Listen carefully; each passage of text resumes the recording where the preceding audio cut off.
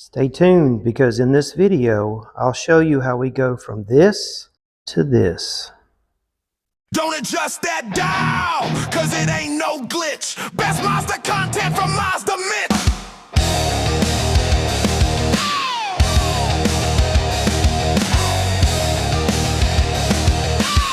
Mazda Minitruck.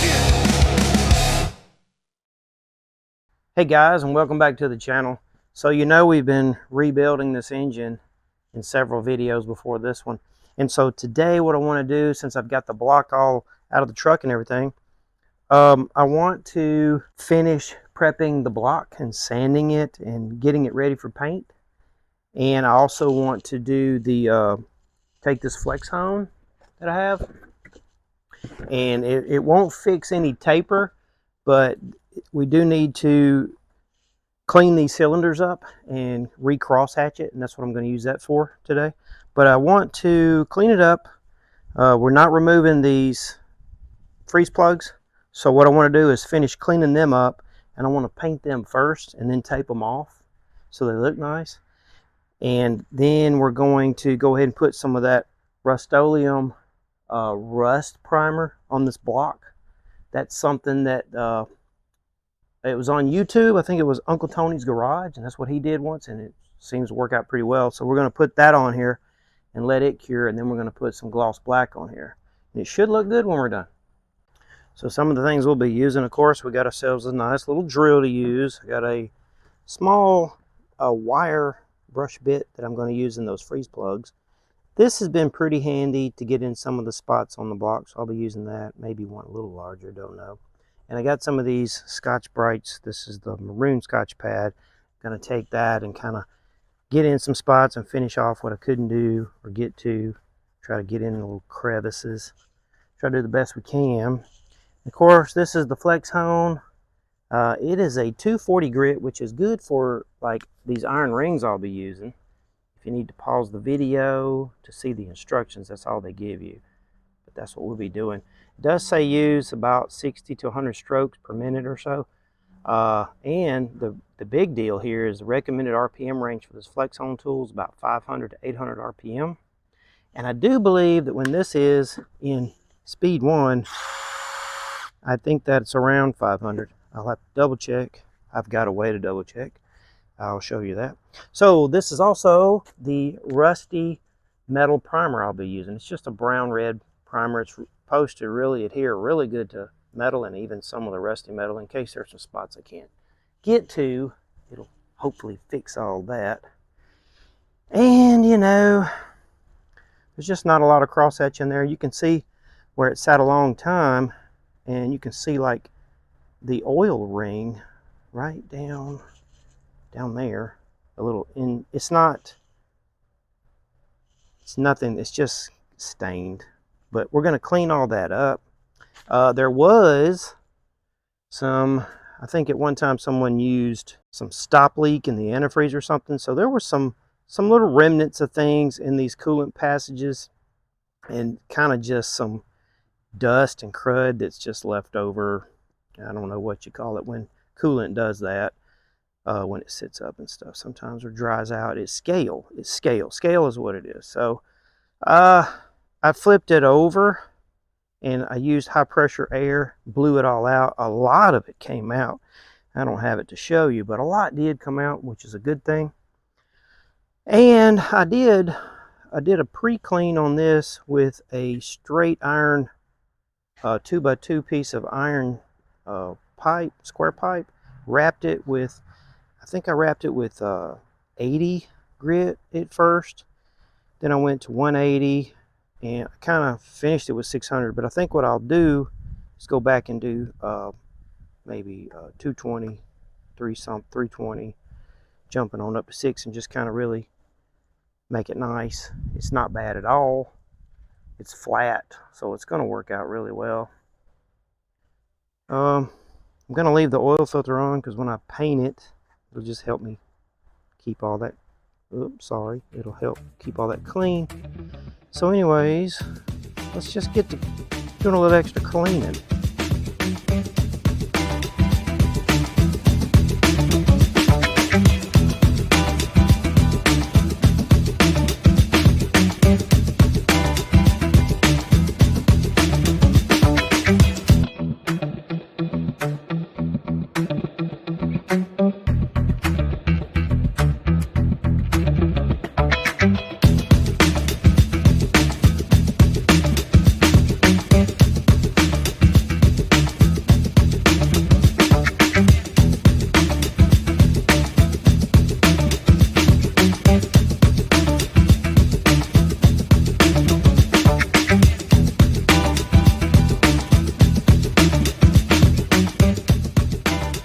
Okay, before we do that cylinder hone or deglaze or you know, put the crosshatch in there, you need a drill that, you know, goes between 500 and 800 RPM. So how do we know? How do we find that out? Generally, corded drills can be a little slower than the battery operated. However, that is not the case today. This is the one I've used before, and it was one of them Drill Masters, no telling how old that is, from Harbor Freight. I did use it before on an engine a long time ago, and that is something to pay attention to right now. This DeWalt, see, it has one of these on here too. And what that comes from is I've got one of those intelligent digital tachometers. So you put this reflective material on the chuck, and this is what you do. Now I already know those are too fast, so let's see if I can get this in the shot. You'll press this button and it says 0. You'll get the laser on your reflective material. I've got it set to the number 1. This thing has a 1 and a 2, and I was surprised. Okay, good.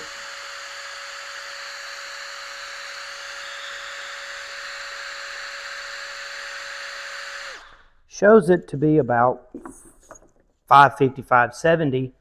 So that'll work out fine for what I'm doing. Okay, so I've cleaned it up on both sides really pretty good. So I think what we'll do now is I want to go ahead and run the flex hone through the cylinders because it's going to be oily. And after I do that, I will spray it down with some dishwashing liquid and water and clean it up, and then I will immediately dry it and re-oil the cylinders. And then once everything is really dry, I'm going to use some MAP gas and really dry the block really well with heat. And then I'm going to tape up, I'm going to paint these and tape them up, and then we'll apply the primer and let that cure, and then we'll come back with the gloss black. This can get a little messy, so I put on an apron because it could splash oil on me when I'm spinning. But I got some used, no, it's not used. This is some Mobil 1 that I don't use anymore. It's just some 530 oil. The box even says, you know, just use 1030 oil. So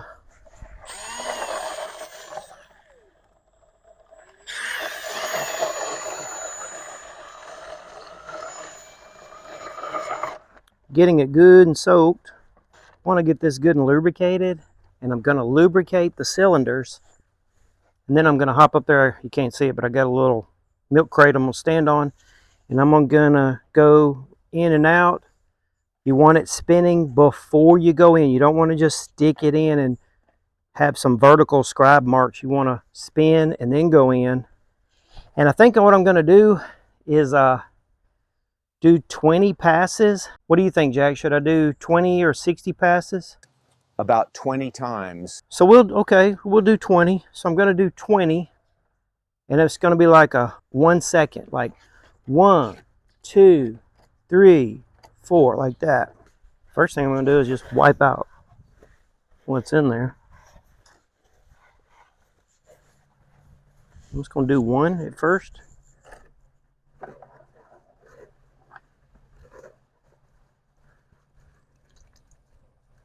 Gonna be messy. It's messy.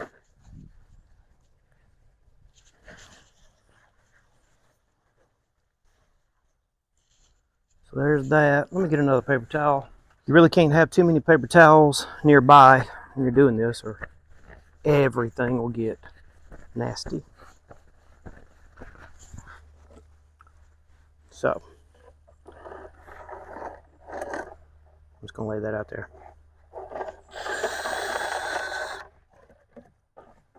All right, here we go. Let's get dirty. It's everywhere. Probably that's why I'm wearing that apron. Woo.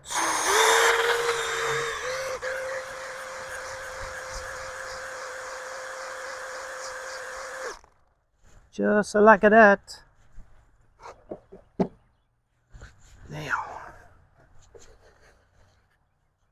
Now you can see why I want to do this first, and then clean it, and then paint it.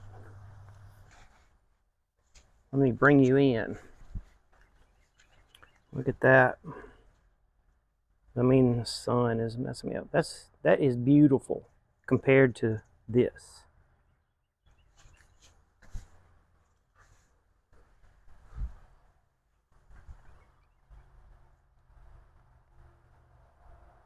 Yeah. Looks good. So that's what I want to do for the rest of the cylinders.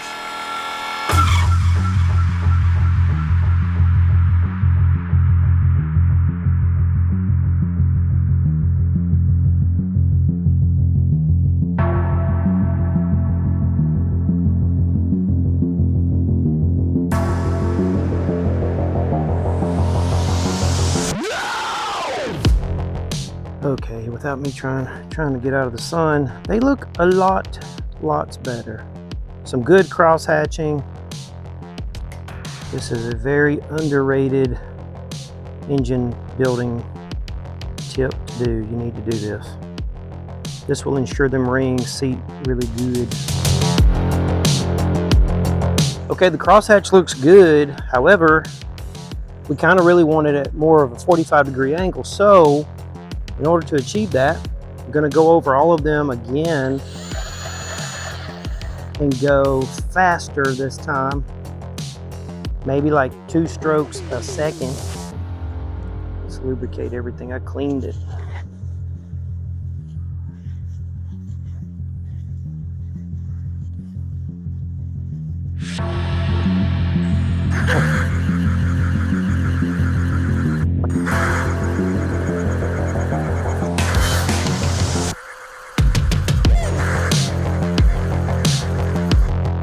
Right.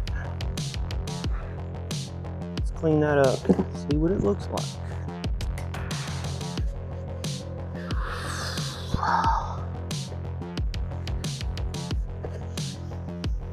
Yep. Hope that comes in on camera as good as it looks here. Looks good to me. That's kind of a good 45. Oh yeah, look at that. 45-degree crosshatch. Looks good. I do say so myself. Everything is going to plan. So I cleaned the block thoroughly and then sanded it. We crosshatched our cylinders, cleaned everything up. I washed it with soap and water, and then I air dried it with the air lime, and then I oiled my cylinders. They're nice and slick.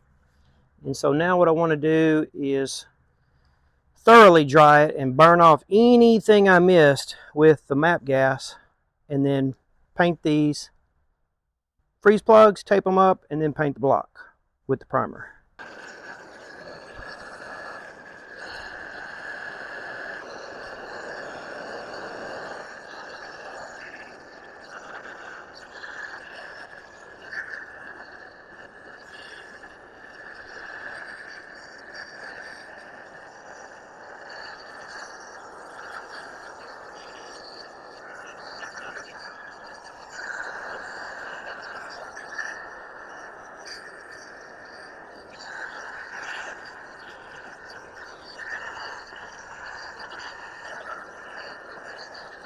Okay, didn't want to bore you with a few things like the little tss, tss, tss.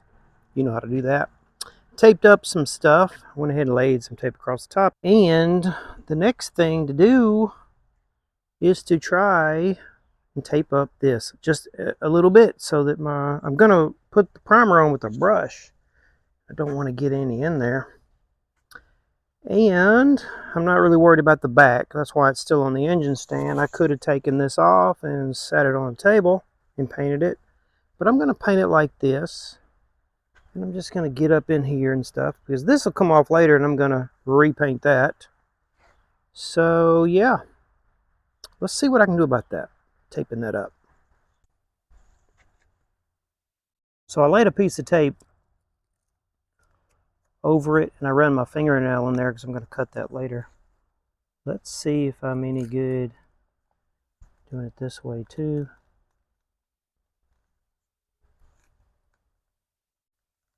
I should probably get one of them little plastic pry tools and do that. I am not sure which one of these is sharpest, my razor or not. I got the razor and I got this little hobby knife thing. Open this up.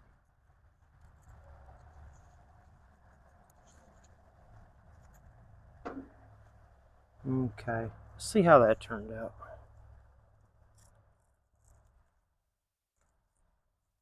Cool, that's exactly what I wanted. So now I got to do the rest.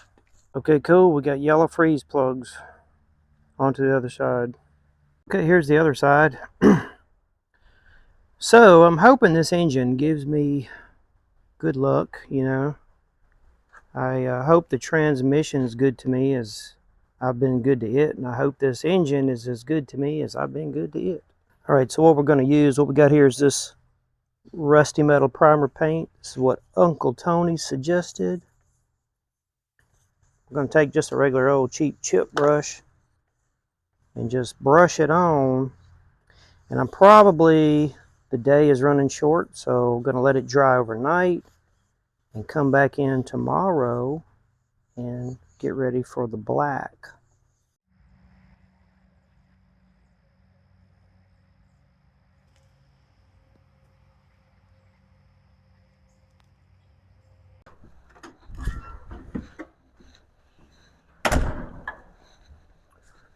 Well, it is the next day and we have had to move inside because it is cold outside. It is rapidly dropping temp outside. Now this is Mississippi, and you know they always say if you don't like the weather, just wait 5 minutes. And yesterday it was close to 80, and that was Saturday, and today is Sunday, and then tomorrow it's supposed to be 24 degrees in the morning. So we brought it inside last night, and this is what it looks like today. The primer is nice and dry. And so what we want to do today is we're going to put the black, gloss black paint on. So we're going to use this Rust-Oleum gloss black paint. I'm going to apply it with a chip brush. But it's been sitting out in the shop. It's not terribly cold out here or nothing, but I think it'll go on better if I just kind of heat it up a little bit.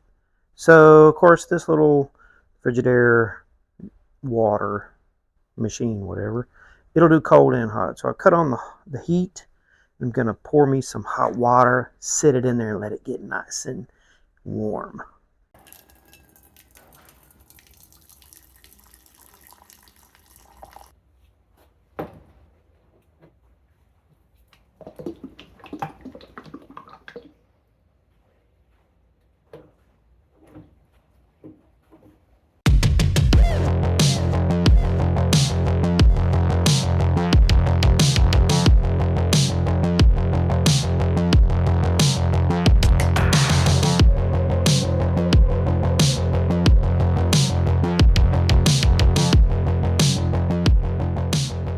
Okay, so the paint flowed out very nicely, a lot different than primer. It's very wet, and I've got the, of course I have it tilted. The paint does flow out really nice, so you got to be careful not to make runs. So anyways, I'm going to let it sit like this till it dries, and then I'll turn it to the other angle, and I will paint the other side. Okay, here it is all finished up. I guess I should have waited and pulled the tape off of the freeze plugs, but the tape job worked out really well. The paint laid on really good. I really like putting it on with a brush because with the brush you can get in all of the little nooks and crannies, and you're not getting overspray all up in your shop. And I think this is going to be a really durable coating. It's also like you put on a nice thickness when you use the brush.